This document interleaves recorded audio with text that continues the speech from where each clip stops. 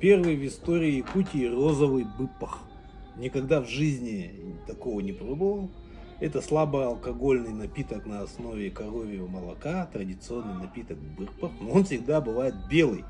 А здесь из него сделали целый тропический коктейль со льдом, с трубочкой.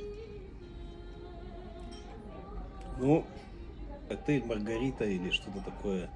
Ну, вот чуть-чуть алкогольность чувствуется. Ну, слабее, чем пиво. Ну, между кефиром и пивом где-то. Да. Пиноколада, может быть. Да. Да, и либо пиноколада, да. Что-то такое. Ну вот, спасибо Махталу за то, что не перестаете удивлять. Хотя ресторан работает уже...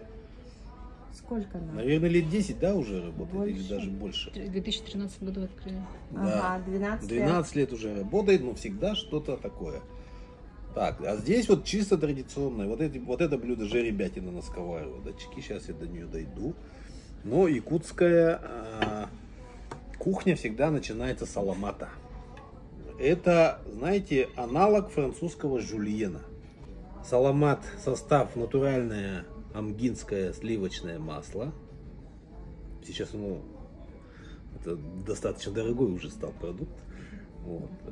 Молоко и мука. Очень простой состав. Очень простой состав, но это вот как жульен, знаете, но только без грибов. Хотя бывает саламат с грибами тоже бывает. С языком. То есть вот соус бешамель французский, вот он ближе всего по способу приготовления, и по составу, и по консистенции. Вот. Я вам пытаюсь на словах объяснить, но саламат вкуснее. И праздничный стол, если пригласили уважаемого человека, без саламата не должен начинаться. Я вот сколько был там свадьбы, юбилей, там что-то еще, ни разу не видел, чтобы не было в начале саламата. Стартовое блюдо всегда саламат. Ну и для тех, кто приедет в Якутию, я советую перед обильным якутским застольем, если вас ждет там много жеребятины, рыбы там и так далее, у нас принято вот почему саламат, потому что он как бы подготовит ваш организм вот ко всей этой вашей поджелудочную железу. В общем, он примерно как манная каша. Хотя он довольно жирный, но это совершенно не ощущается. Это вот он как манная каша, только вкуснее. В общем, лайфхак. Перед обильным застольем лучше всего вот якутский саламат обязательно. Если будете в этом ресторане, сначала скажите, что там принесли саламат. Ну, и вас сразу поймут, что вы человек знающий. Ну что, переходим, значит, к основному блюду, к жеребятине. Я как человек, который, ну, по мне видно, что я много жеребятины в своей жизни попробовал. Ее нужно уметь готовить, потому что если его передержишь, оно будет жесткое. Не додержишь, оно тоже будет жесткое. То есть здесь.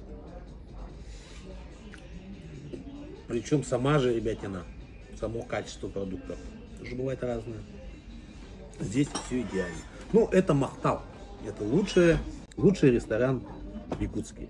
Здесь никогда не может быть каких-то там проблем с качеством. Здесь об этом речь даже не идет.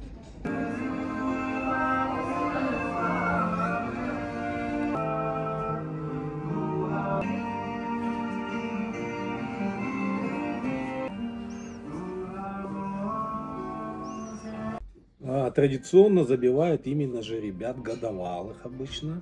Какую-то часть жеребят у нас именно идут вот такая мясная порода.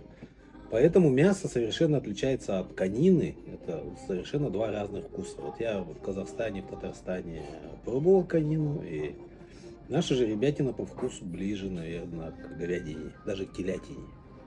Поэтому вы здесь не почувствуете никакого там вот этого привкуса или что-то. Ну, если жеребятина хорошая, там правильно забили и так далее.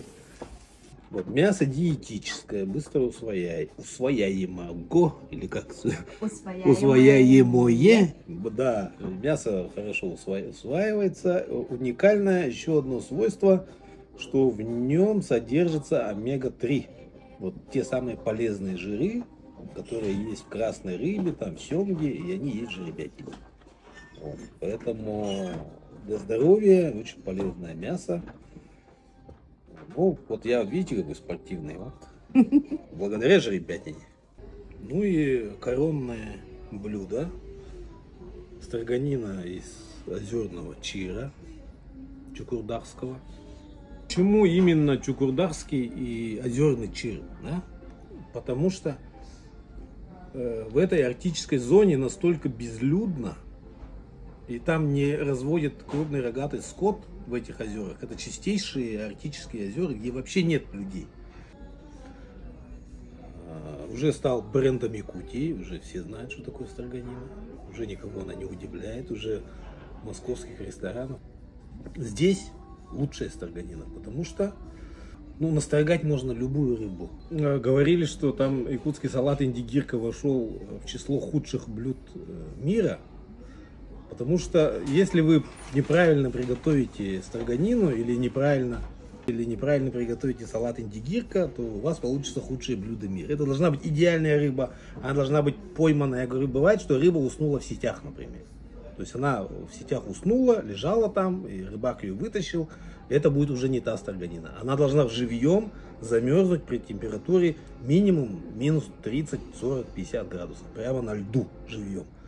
И вот эта рыба, и потом она не должна ни разу замораживаться. Должна сюда приехать в такой машине, где нет там никакого ни солярки, ничего. В идеальном состоянии приехать. И вот здесь ее строгают якутским ножом. Она должна вот такими кружочками быть. Вот сейчас я проверю все, что я сейчас рассказал. Да? Сейчас вот я проинспектирую. Не должно быть никаких посторонних привкусов каких-то. Это идеальная строганина. Это махтал. Это махтал.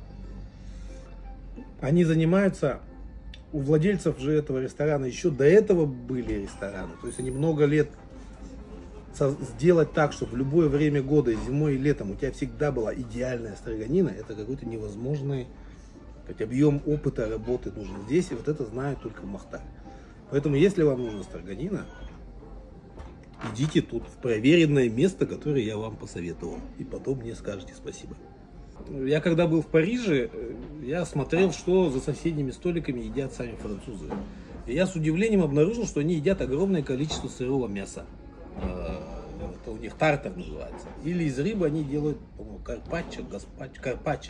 Сырая рыба. Уже похожая на оттаившую строганину. Да, вот. Мне тоже она немножко начинает уже в карпаччо превращаться. Вот, поэтому употребление сырой рыбы это не такое, что-то необычное. Она идеальна. Боже! Водочку. Водки мне!